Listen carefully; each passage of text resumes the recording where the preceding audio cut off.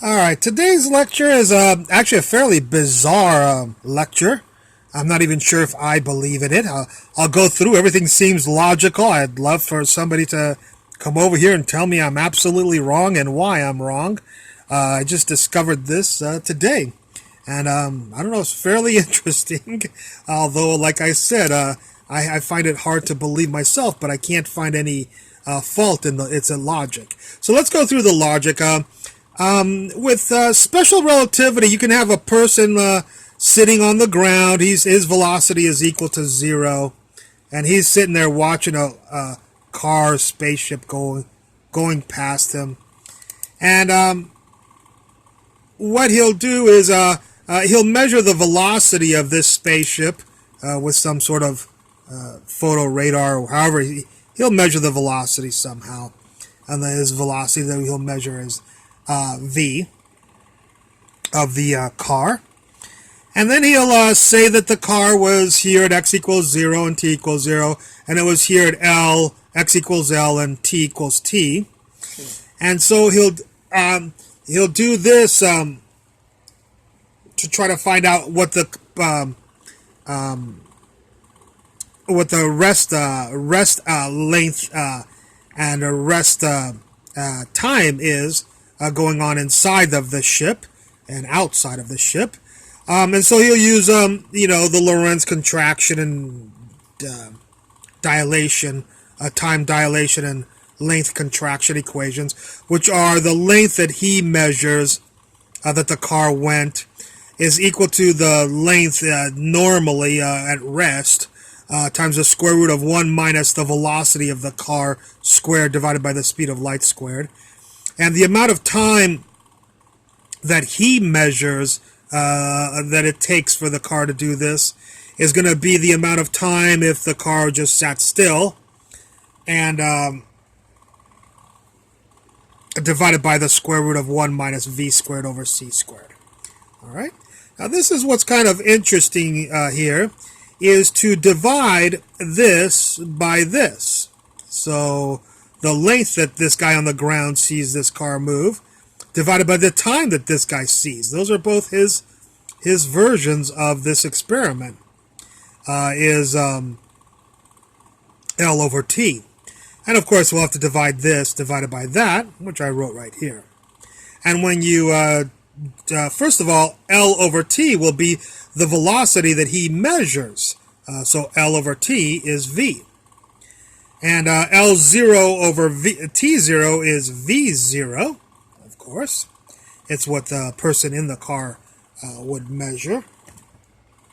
And the square root divided by t0 over the square root would flip and give you from 1 minus v squared c squared to the first power, because square root times square root, of course, cancel out. So this equation algebraically changes to this equation. And if we distribute the v0 out, we get this right here. And if we scoot everybody over, we'll get this right here. And this is now a quadratic equation in v. V squared, v, and then v to the 0.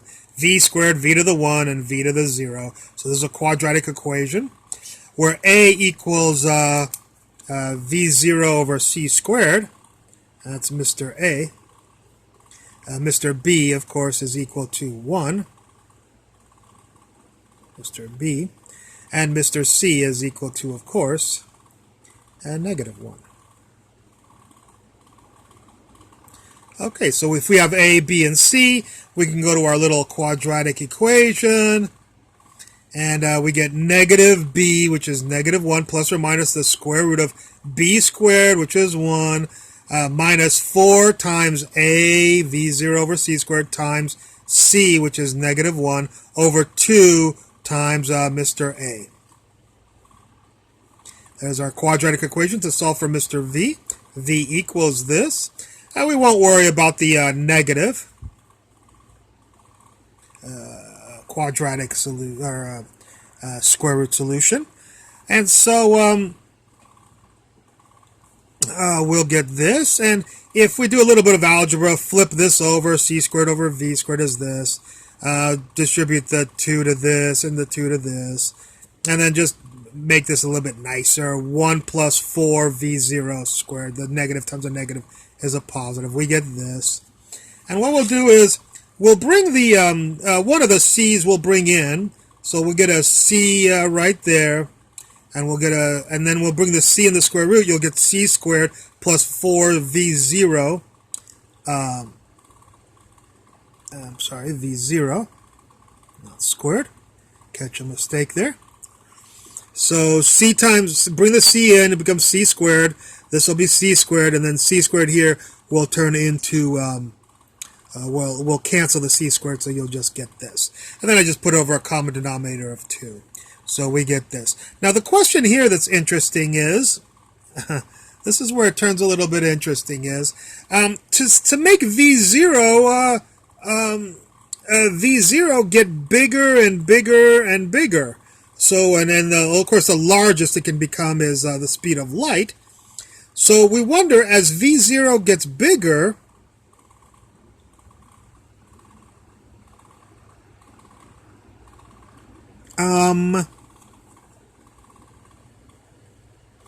we wonder, as v0 gets bigger, how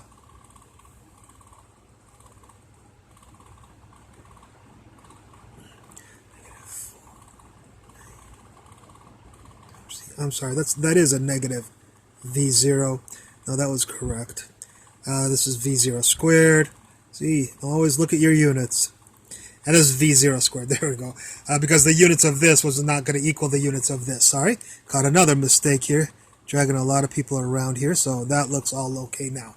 All right. Now, so we're going to let v0, this velocity, go to c. If it goes to c, then, if it goes to c, then this will be c, so this will be 1. And here you'll get 4c squared plus 1c squared is 5c squared. Take out the c squared, you'll get a c. And then you'll have a c here and a c here. You can take that out, and that's where this guy comes from, this c. And so in here you'll have negative 1 plus the square root of 5 over 2. Now, all of that is fine. I mean, again, I hope you find if you can find an error in any of that logic, please let me know. I would love to know about it. But this is what's interesting, is this number, I happen to know, and when I came across this, I go, hey, that, I think, I mean, I had not been across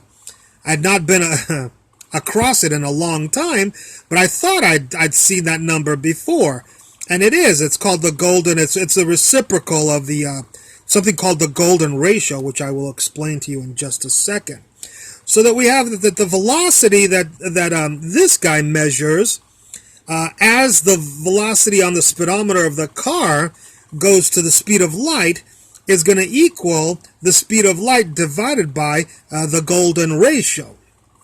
Now, that's kind of bizarre. I've never seen the golden ratio applied to something dynamic. We will discuss the golden ratio at length right now. So let's see what the golden ratio is if we are not familiar with it. Well, the Greeks built all their buildings. That's why people say that they're aesthetically beautiful, is because they built their buildings such that if this was A and this was B, they found that if you took if you made the ratios of A and B follow this rule, then the buildings looked aesthetically pleasing and were, I don't know, engineering marvels. So let's discuss this equation. It's that this length divided by this length, A divided by B, has to equal this length B divided by this plus this. So you need to solve this equation. If you're making a building and you know that you have 20 feet length that you can do, then put in 20, 20, and 20 into B, and then solve for A. If you know that your height has to be only 11 feet, then put 11 in the A and 11 in the A, and it'll give you can solve for B in this equation. and then that will be the ratio at which this building will be aesthetically pleasing. We're going to go ahead and solve this equation, and we're just going to assume that b is equal to 1, just to normalize. So I'm sorry, cross multiplying, we get this. So this with algebra becomes this. We're going to let b equal 1, so of course we'll get a squared plus a minus 1. And then we'll solve this quadratically, negative 1, negative b plus or minus the square root of b squared minus 4ac is this. And of course we get our little old, we won't worry about the negative. We get actually our reciprocal, this right here is the reciprocal of the, turns out a will equal 1 over phi. And so phi will actually equal this right here. This all was equal to 1 over phi. This. So phi, of course, is equal to b divided by a. And we had said that b, we'll just force b to be 1. So we'll make b equal 1, and a will equal a. And so phi equals 1 over a. And so 1 over this is this right here. And so phi, the ratio of this side divided by this side, is 1.618034. All right.